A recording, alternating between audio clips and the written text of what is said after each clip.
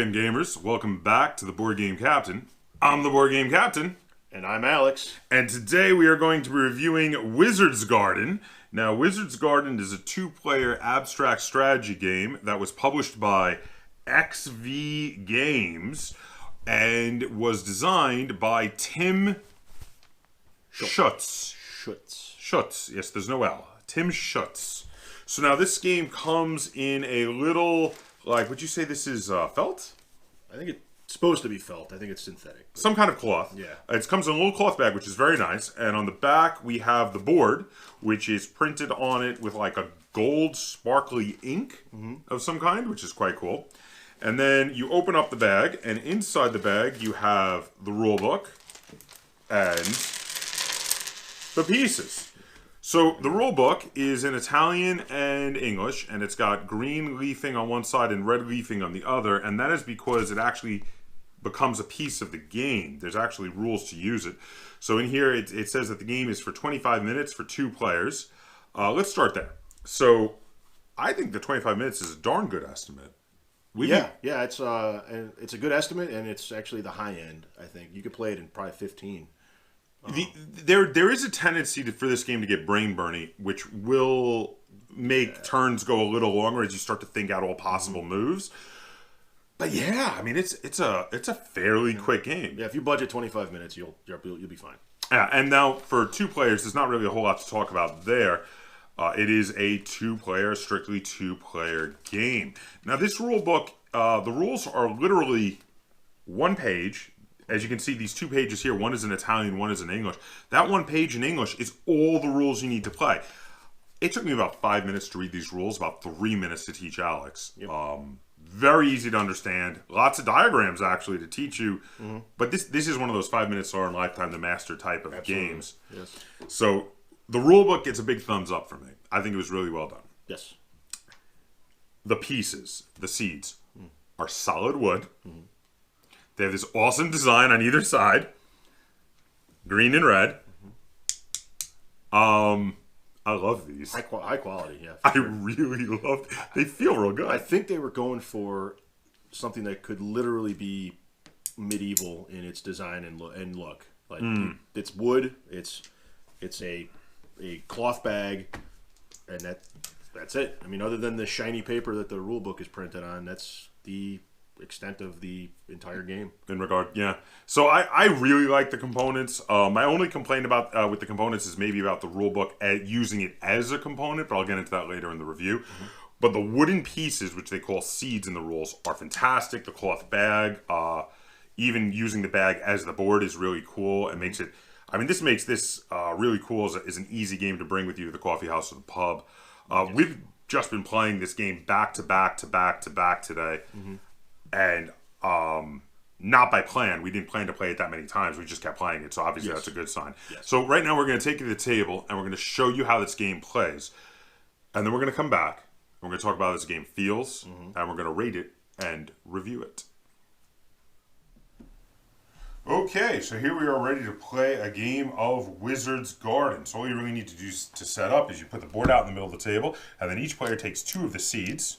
And we one at a time alternate. It doesn't matter who goes first, and it doesn't matter what colors you place, but you place some seeds on the board. They just cannot be orthogonally adjacent to any of the seeds that are already out there. There we go. Okay, and then we're going to flip one, and the other player is going to call it. I'm just going to flip it right here in the middle of the table so you can see it fall. Alex, go ahead and call it in there. Green. It went red. That is the story of I was going to say, have you gone first yet on this game? Nope. Okay, so it went red, so we make sure the book is up to the red side. And now if you make a harvest, and we're just going to show you how this goes, on the red side, you're going to get to take the book as the tiebreaker. So the way this plays is each turn, we're going to take a turn taking 1 seed from the basket, placing it on either color on the board. Every seed that is orthogonally adjacent to the seed we place, therefore anything that is horizontally or vertically adjacent, in other words, will be flipped to its opposite color. If we manage to make 1 or more lines in a row of 4 seeds that are either vertically, horizontally, or diagonally in the same color, we will remove that line from the board. and we will take one of the seeds and put it in front of us as a scoring of a point. We play until we cannot make a move, either because the seed basket is empty. By the way, when you make 4 in a row, the rest of them go back to the basket. Or because there are, for some reason, no seeds left on the board. In either case, whoever has the most points at that point wins. If we are tied for the most points, then you go with who has the tiebreaker, which is the Wizard's Tome. That is the rule book. So without any further ado, since I'm to go first, let's get started with this. So I'm going to go here. Oh, and when you place a seed, again, it must be orthogonally adjacent to at least one other seed on the board.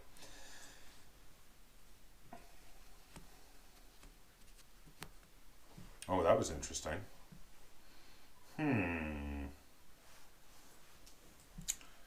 Okay.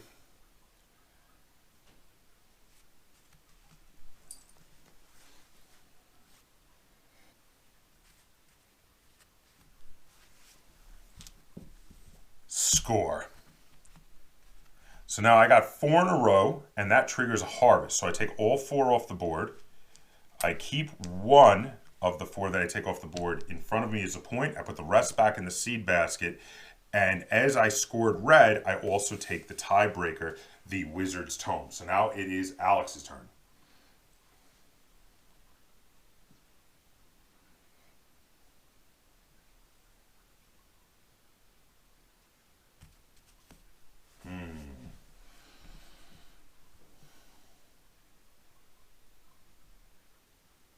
Yeah, that can't be allowed to happen.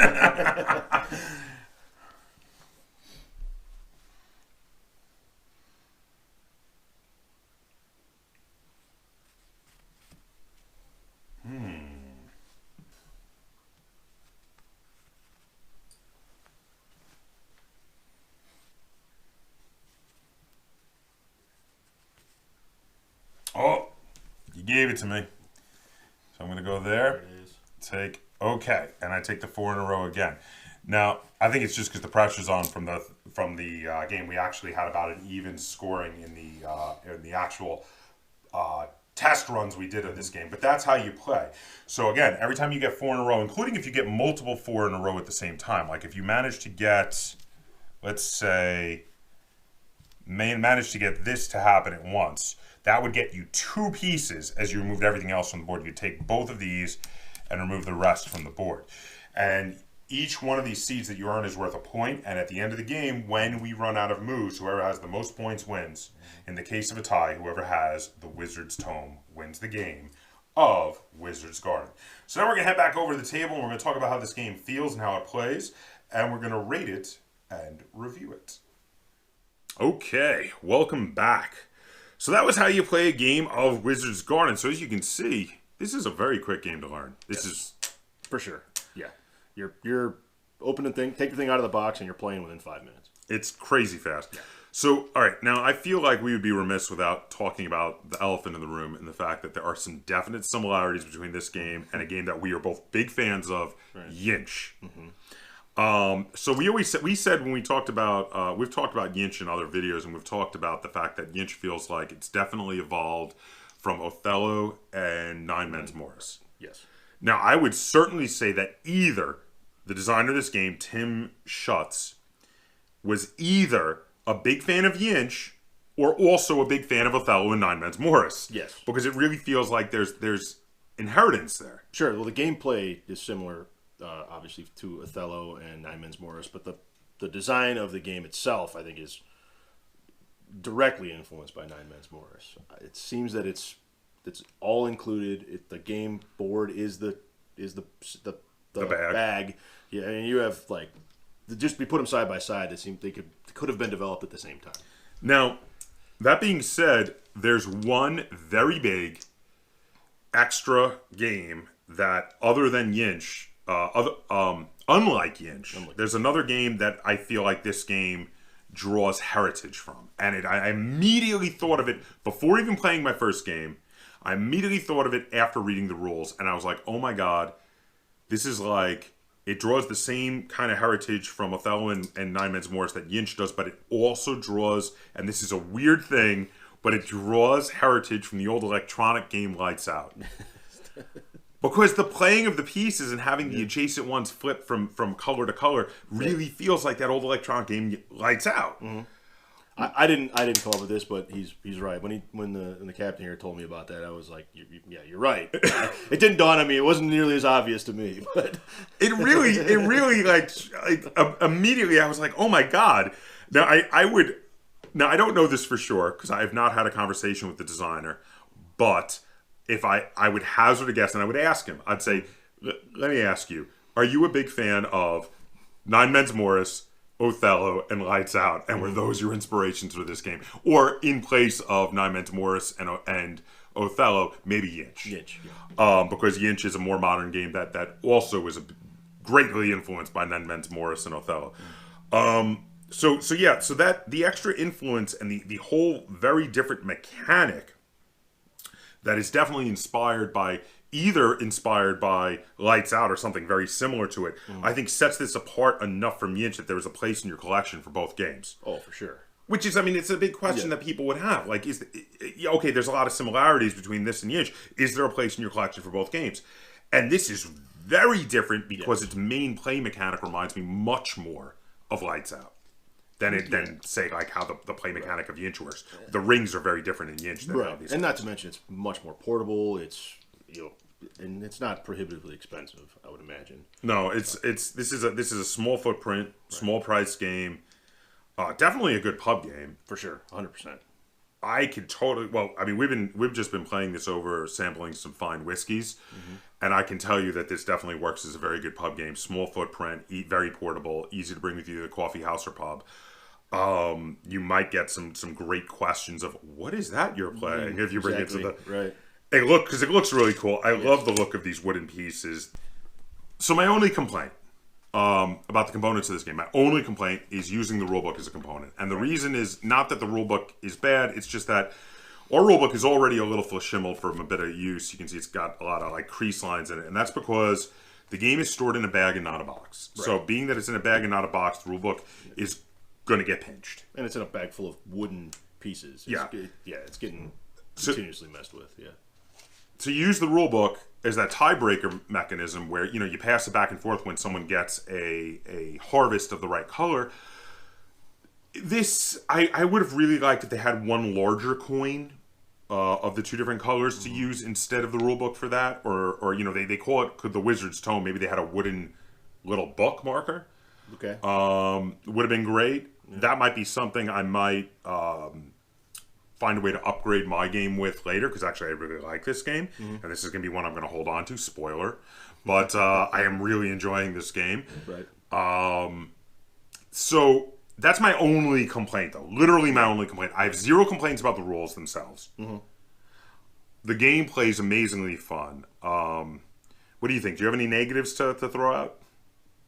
No. I mean, that is literally the only thing wrong with this game is that. So you agree? Yeah, that's it. And if you play this as much as I think you play this after you get this game, this book is going to get destroyed. So you're gonna want to upgrade that component in regard to at least finding like you may even want to laminate it and Xerox it, something. It's not going to last very long. No, so that is especially if you're bringing it to the pub, because this is very much a pub game. Yes. Okay, so. What do you think? Do you have anything else you want to talk about how this game feels and plays? Saw how it plays. It couldn't be simpler, really. The massive amount of strategy and thinking that goes into it is not, and it doesn't bog the game down actually, because it really is a finite number of moves you can make. Yes. But it is incredibly interesting gameplay, and it is, like you said, brain burning at times. This checks off so many boxes for me. And what I look for in a game, that it's really hard, other than the rule book being a component, it's really hard to find anything wrong with this game. I think you're going to be higher on this than me. Now, I like it a lot too, but you're like raving about this right now. It's a great game. If we'd have played it more, I think I'd be raving even more. This is a game that definitely, and I want to touch on what you just said right there. I liked this more the more I played it. Right. It did not get boring at all. And so the first time we played it, I was like, ooh, there's a lot of potential here. Then we played it again, and I was like, oh, there's a lot of varied strategies, whether you want to play offensively or defensively. Right. By the time we played it the third time, I was like, oh yeah, I know where I'm at with this game, and I really like this game. Yes. Okay, but we're about to do the ratings. I'm going to let you go first because I think you are going to be higher than me. So where are you at with Wizard's Garden? I'm an 8.5 right now, but that's an 8.5 with a bullet. I see the potential for this game being higher the more I play it. I didn't want to rate it as highly as some of my favorite games just because I am not quite there. I haven't played it enough to give it that, but I don't see it being, it's never going to go lower than an 8.5 in my book, and it certainly could get better than that. But it's a solid 8.5.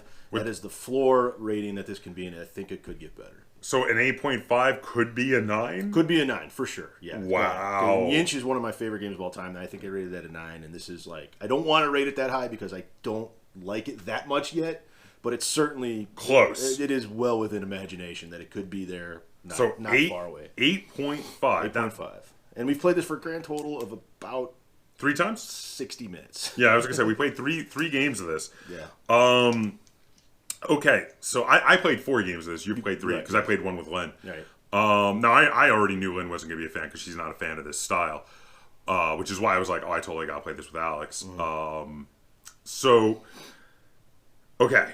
Now, I'm still very positive about this game, just not as high as you. I'm going to give it a 7.5. It's not, for me, and again, it's funny that we're both on 0.5s. Yeah. I'm exactly 1 point lower than you, but we are both 0.5s. So you were 8.5 because you felt like you couldn't quite give it a 9. I'm a 7.5 because I felt like I couldn't quite give it an 8. But that being said, it's really just because like I was comparing it in my head to other games that are 8s, and I'm like, it's not quite that good. But I compared it to other games that give 7s, and I'm like, oh, it's better than all those. Right. So that's where it is. It's so simple. It's so easy to play. It's so quick. It falls into a kind of a. It's in a bit of a unique situation. You know? Yeah. It plays like a game that you would normally rate lower. But it's amazing. But it's so well done, and it's so fun to play that you want to rate it higher. But then, you can't put it in the same category as like in my opinion, is like Yinch or Terraforming Mars or something like that. Right. Like, because it's just not quite that there level, right? But it's so much fun to play, and this really feels like if someone had showed you this game and told you that this was a game that was popularly played in the 1500s and had fallen out of circulation, and they just brought it back, and you're like, why did this fall out of circulation? You would believe them. Oh, for sure. You'd be like, this is like a classic game that never should have fallen out of circulation. This game is amazing. Yes. And yeah, I really enjoyed it. So I could see myself playing this many times in the future. I am at a 7.5, which is, I really like this game. I'll play it anytime someone asks, and I will be asking to play it myself many times in the future. I could see us knocking out 3, 4, 5 games in a row of this many times in the future. And you're at an 8.5. 8.5. Which is like, you love this game and you're going to be asking to play it a lot. Yeah. So. Yeah. Wow. Okay, so there you go. We are both very positive. This is definitely, a 2 thumbs up review from us here at the Board Game Kaptain for Wizard's Garden. We thoroughly enjoyed playing this. We're going to play it a bunch more. We might even play some more games of it as soon as we're finished doing this review, actually. Because we've been playing a bunch of it and enjoying it. Yeah. If you have any comments, questions, or concerns, either on this video or on the game of Wizard's Garden, be sure to put them in the comments down below. And if you enjoyed this video and you'd like to see us do more review and tutorial videos like it, be sure to give it a like, share it on all forms of social media, and if you haven't already, please subscribe to the Board Game Kaptain and hit that little bell icon on my channel so you get alerts every time I upload a new video. And until next time, game on.